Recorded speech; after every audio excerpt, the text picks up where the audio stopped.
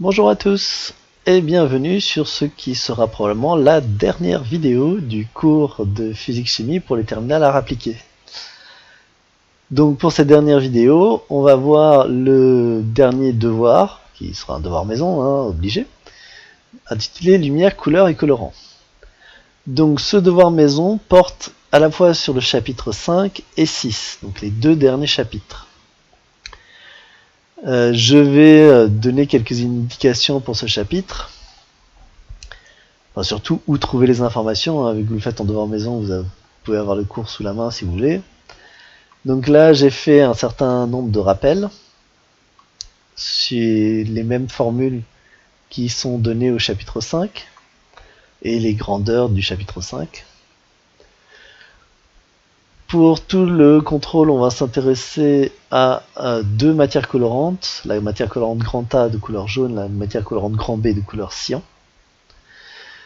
Et pour la partie 1, on va analyser un spectre UV visible des deux matières colorantes.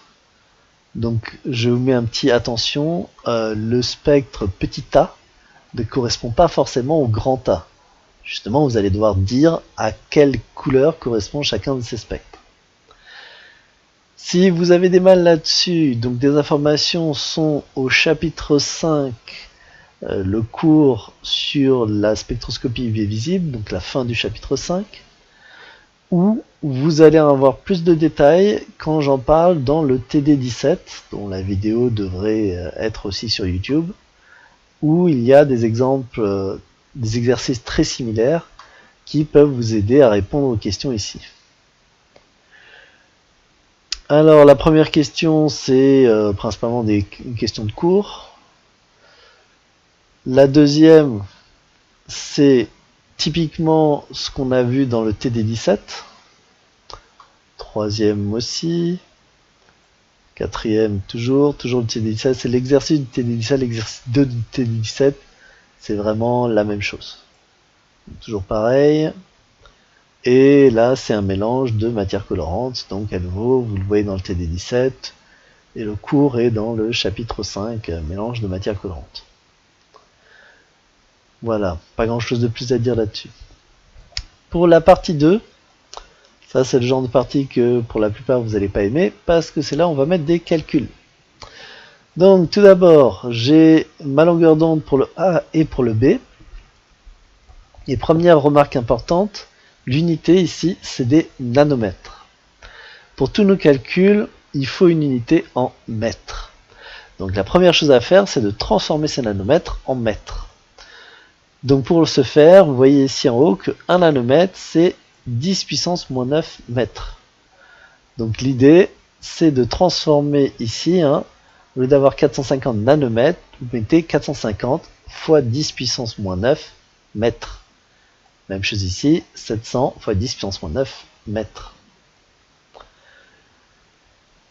Donc, première question, je vous demande de calculer longueur d'onde, fréquence et période correspondantes à ces deux.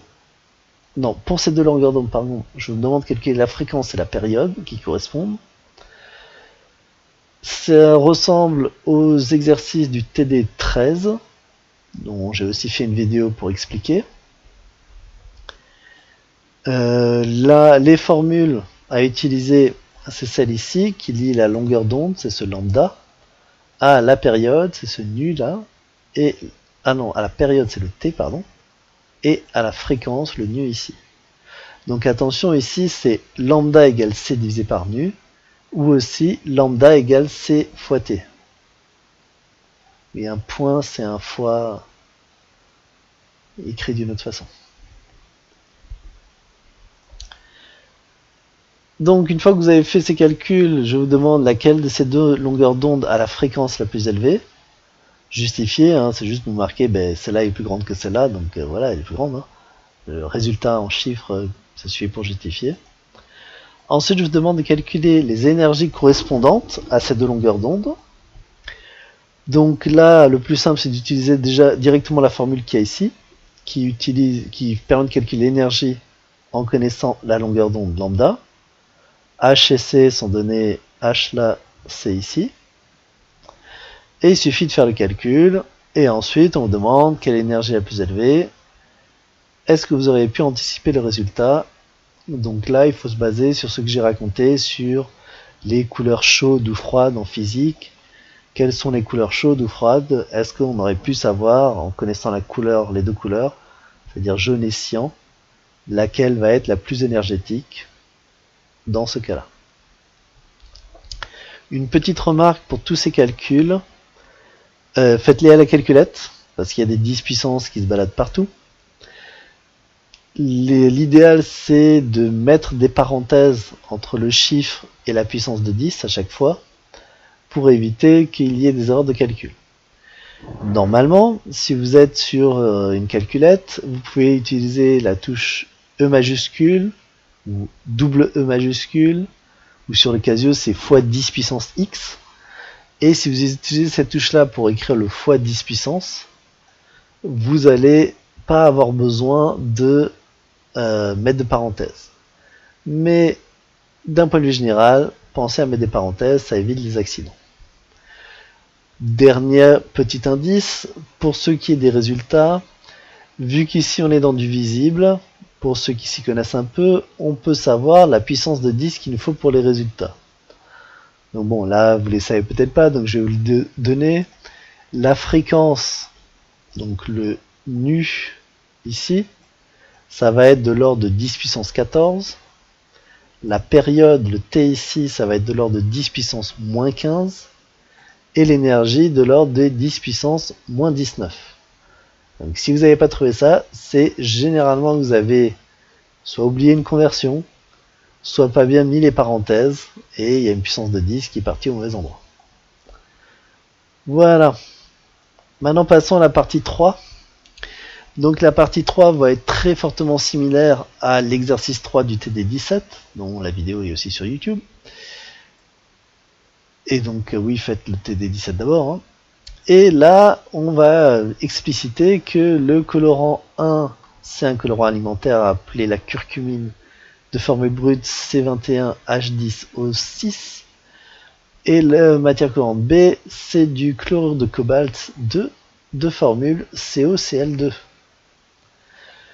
Et c'est des questions très similaires à ce qu'on a vu dans l'exercice 3 du TD17. Donc, est-ce que ces colorants sont organiques ou inorganiques ou minéral? Enfin, inorganique, c'est la même chose que minéral, donc c'est organique ou minéral. Ensuite, je vous demande de donner la définition d'un pigment ou d'un colorant. Donc ça, vous allez le trouver soit dans le cours chapitre 6, grand 1, petit 1, soit à nouveau dans le TD17, c'est la première question, c'est le début de l'exercice 1. Puis, indiquer en justifiant si les matières colorantes A et B sont considérées comme des colorants ou des pigments dans l'eau et dans l'huile. À nouveau, TD17, exercice 3, il y a la même question exactement. Sinon, vous pouvez vous baser sur le chapitre 6, grand 1, petit 1. On en parle aussi. Puis, indiquer les divers composants d'une peinture. Donc, de quoi est fait une peinture. Donc, c'est toujours TD17, exercice 1, mais aussi exercice 3. Et c'est dans le cours, chapitre 6, grand 1, petit 1. Non, grand 2, pardon, petit 1. Voilà. Puis 5, on réalise un mélange entre la matière colorante grand B, de l'huile de lin et de l'essence de térébenthine. Indiquer le rôle de chaque composant de ce mélange. Donc c'est exactement la même question que dans le TD17, l'exercice 3, question 2B, non 1B, pardon. Voilà. Où c'est toujours le cours chapitre 6, grand 2, petit 1 et petit 3, ouais, petit 3 aussi. Et enfin, quel type de peinture on a réalisé à la question 5 et quelles sont ses particularités. Donc là, à nouveau, c'est la même chose que le TD17, exercice 3, petit 1, C. Donc voilà, hein, si vous avez regardé les vidéos des TD17, ça vous permet de faire la partie 1 et 3.